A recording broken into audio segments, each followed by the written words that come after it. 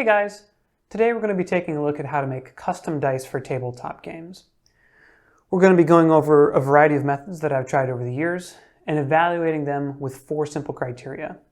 We want dice that are easy to make, easy to change, we want dice that add legitimacy to our prototype, and we want our dice to be durable.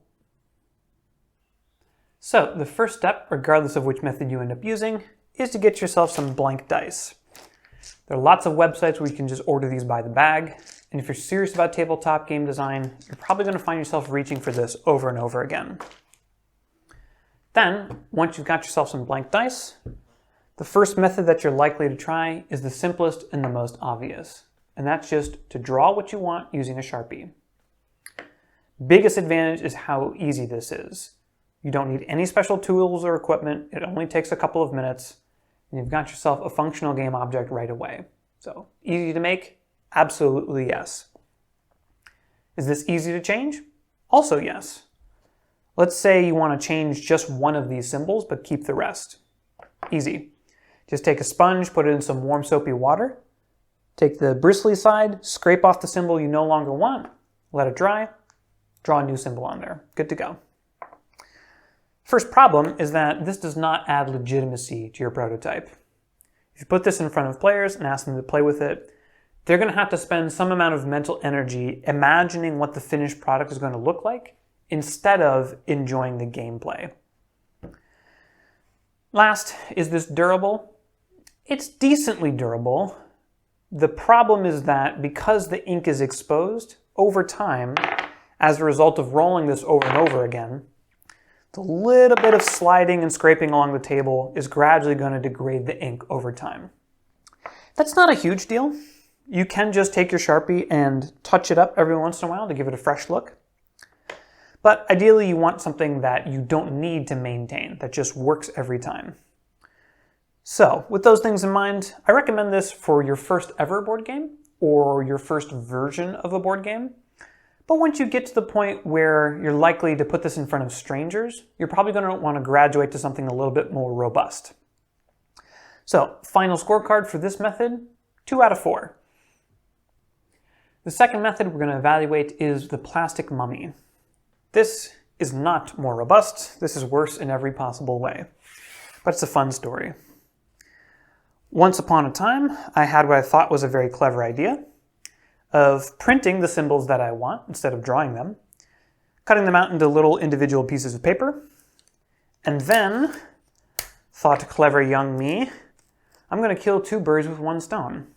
With a single piece of tape, I'm going to cover the piece of paper, so that protects the ink, and I'm going to attach the paper to the die. What could possibly go wrong? The answer is everything. The finished version sucks. This fails all 4 of our criteria. Is this easy to make? Absolutely not. If you try this method, you're going to find yourself wishing you had 3 hands. 1 hand to hold the die, 1 hand to hold the piece of paper in place, and a 3rd hand coming out of nowhere to wrap the tape around. Is this easy to make changes? Also no. If you want to remove 1 symbol because of the way this is wrapped all around, you'll find yourself having to peel an entire strip of tape off and start all over again. So not easy to make changes. Does this add legitimacy to the prototype? That is a resounding no. This may be the single ugliest thing I've ever made in my life. It's very clearly homemade and not very well made at that. And even if you're not looking at it, even if you're just holding it in your hand, it detracts from the experience because you can feel the tape crumpling in your hand before you roll the die. Disgusting. And finally, it's not even particularly durable. If you roll this enough times, eventually the tape is just going to pop off and then you're going to have to reattach it. So what seemed like a very clever idea at the time turned out to be the worst possible solution for this problem. Final scorecard for the plastic mummy, 0 out of 4. The third method we're going to evaluate is ordering custom printed dice. And for someone with no previous crafting experience, this might be the first thing that you try.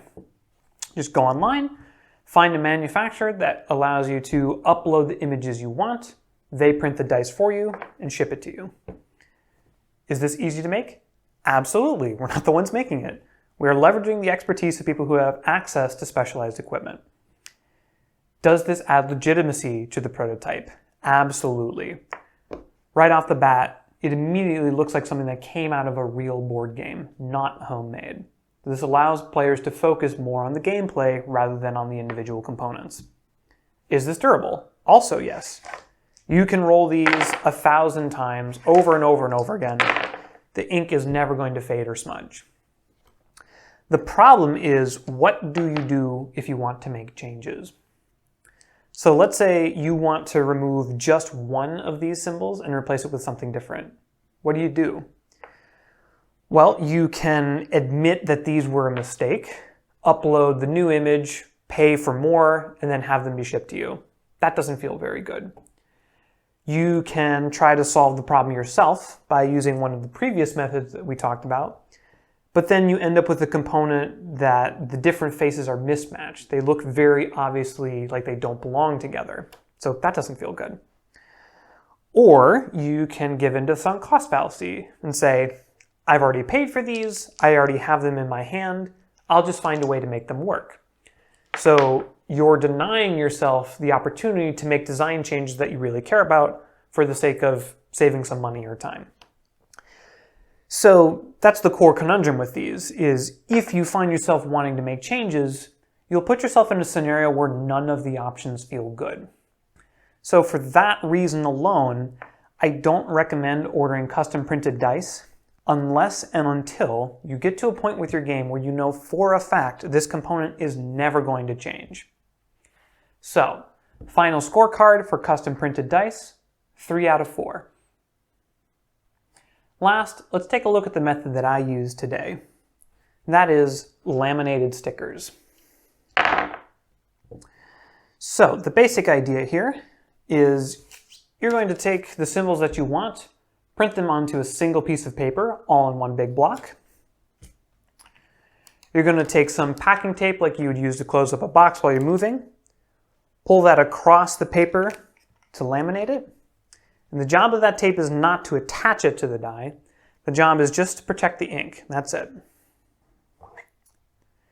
You're going to take scissors, cut this up into individual squares, similar to the plastic mummy approach.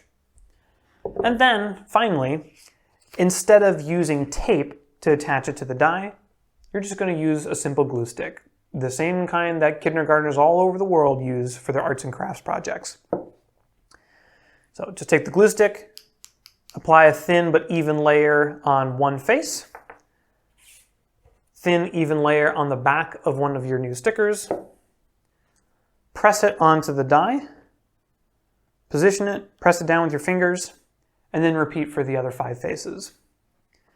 And the end result is something that ticks off all 4 of the boxes. Is this easy to make? Absolutely. With a little bit of practice, you can make one of these in just a few minutes. Admittedly, it does take a little bit longer than a Sharpie, but it's worth the extra time investment. Is it easy to make changes? Also yes. If you want to change one face of this, you can just take something small and sharp like an X-Acto knife or a straight razor, put it under the corner, saw back and forth to scrape off the paper, then replace that one face with another sticker using exactly the same method. Does this add legitimacy to your prototype? Also yes. To be fair, this is not quite as legitimate as something that comes from a factory. If you really take the time to scrutinize these side by side, you can find the imperfections. But the average player is not going to notice the difference. This is good enough to allow people to focus on the gameplay. Finally, is this durable? Also yes. The game that I'm currently working on, we've rolled these dice probably close to 1,000 times each at this point, and only once have I ever had one of these stickers pop off, and that was an easy replacement. So, final scorecard for this method, the laminated stickers, 4 out of 4. Thanks so much for watching, guys, and I'll see you next time.